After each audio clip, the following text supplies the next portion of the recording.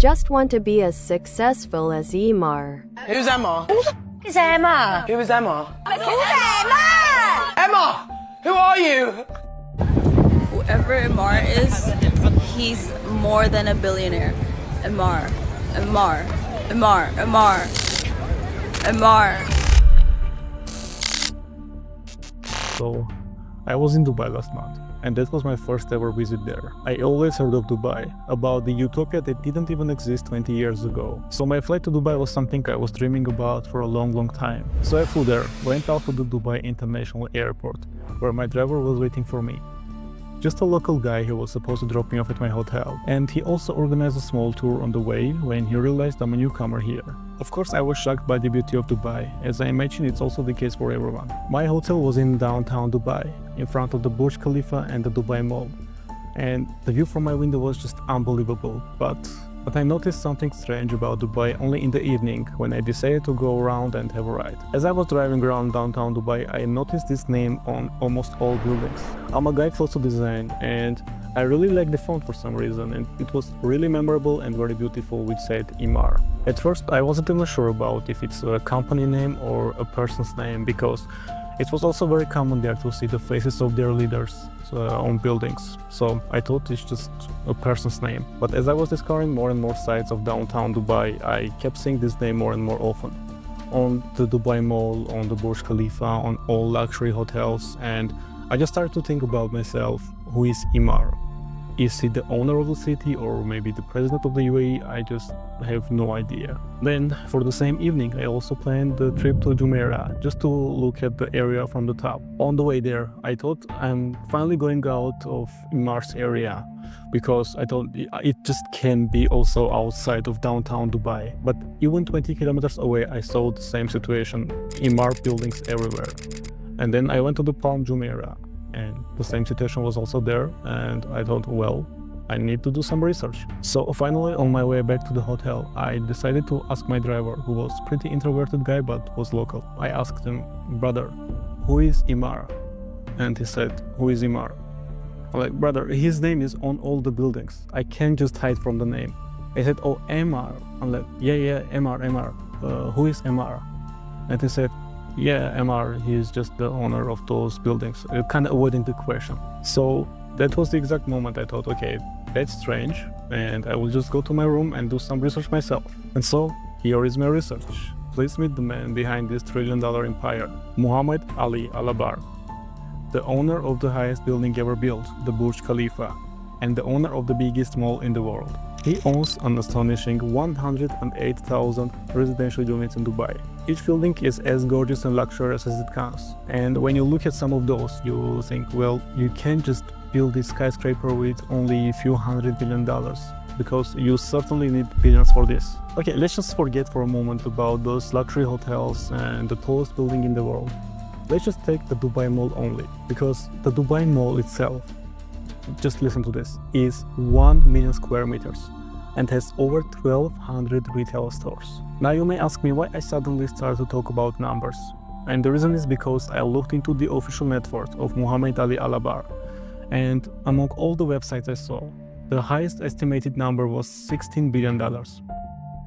And some websites even mention numbers like $5 billion or $7 billion,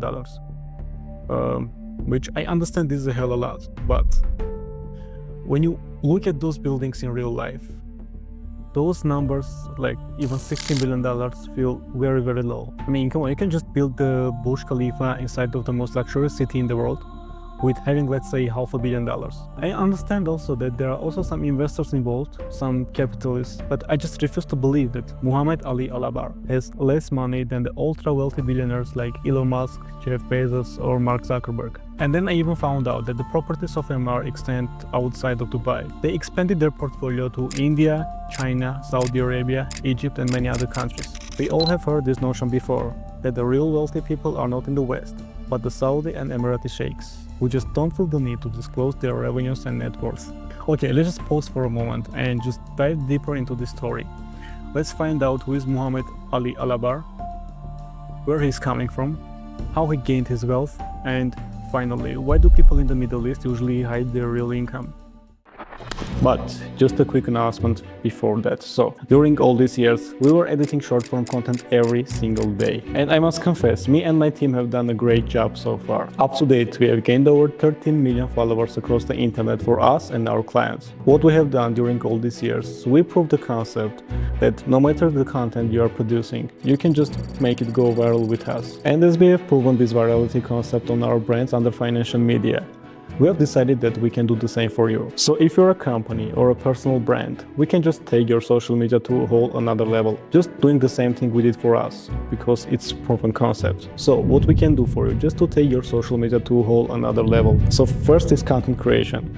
We can create content for you that will just scream results. Second, we can offer promotion. We have a really high quality audience that is over 25 years of age. So we can promote your personal brand and your company. But the only thing is that you should be in our niche, just to make sure that we deliver the best results. And third, we can offer you mentorship. So if you are struggling with social media, you want to create a successful personal brand, or you just want to increase your sales, you can book a one-on-one call with me where we can discuss all the individual ways to grow your social media. So I will just go through all the points and see where we can improve, and I'll also tell you what tricks to use to get more engagement. All these you can find on our official website. Just make sure you check what's under this video. So, Mohamed Ali Alabbar, born on November 8, 1956 in Dubai, is a prominent businessman and the founder of Emaar Properties.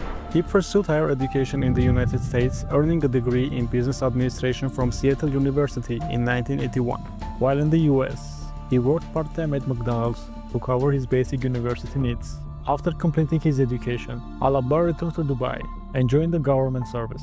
When Mohamed Alabbar founded Emaar Properties in 1997, the company was established with the backing of the Dubai government and private investors, including Sheikh Mohammed bin Rashid Al Maktoum. These connections allowed him to secure the necessary support and the funding to launch Emaar in 1997. Rumor has it that when Alabbar showed him his 9 designs for the Burj Khalifa, the Sheikh simply walked out of the meeting, leaving him to ponder whether he liked it or not. So, gaining a great reputation as a very capable leader who studied abroad, came back to his hometown, and kind of appeared in the right place at the right time, he was trusted to be a major part of Sheikh Mohammed bin Rashid's grand plan to make the country one of the best places in the world. And of course, oil had the big stake in all this. But surprisingly, not the existence of the oil, but the lack of the oil in that particular area. Let me explain.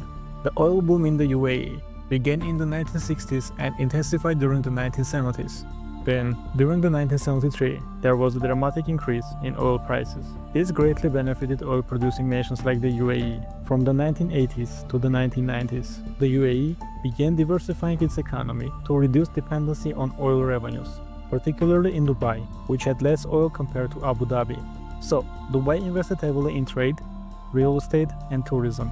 So basically, by the time Mohamed Alabbar was founding Emaar Properties, that was the exact time when the leader of the UAE decided not to just rely on one resource, which was the oil, but also using their new wealth to invest in other industries in the country, in the areas where the oil levels aren't as high as in the capital city Abu Dhabi. Very smart move, by the way. So where Mohamed Alabbar comes from and where he took his initial money to start this giant company, we already know, but really, what's the real reason that Saudi and Emirati sheikhs in the Middle East are very humble in reporting their real wealth? Because again, we all know that the money shown on Google is just a fraction of their real wealth. There are trillionaires living there for sure. But what I think the real reason is that people in the Middle East don't try to showcase their wealth and report their earnings is because they just don't try to take over the world.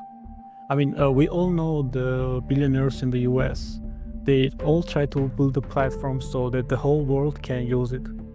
Whereas in the Middle East, all the sheikhs, all the billionaires, the trillionaires, they are not trying to conquer the world. They are just trying to create an absolute utopia around them. It's very usual for the Saudi and Emirati people to just go abroad, study there, and then return to their hometown and create better environment for them and their families. Like in this case, Mohamed Alabbar, who just went and studied abroad in the US and then came back to Dubai. On the other hand, again, compared to the billionaires in the US, where they just try to build platforms and products that are used all over the world, They just can't be that silent in their reporting compared to the guys in the Middle East. Because imagine you created a Meta, you have the Facebook, you have the Instagram, and you are all over the world. You can't just hide anything from the government or the media. American founders are just very good at creating platform-based systems that just allow them to take over the world under their apps or space-related programs. But at the same time, it just lowers the chance of going underground and living the life under the radar. So, that's my understanding of why the trillionaires in the Middle East are just able to not disclose their fortune and live comparably more relaxed life outside of the noise of the world.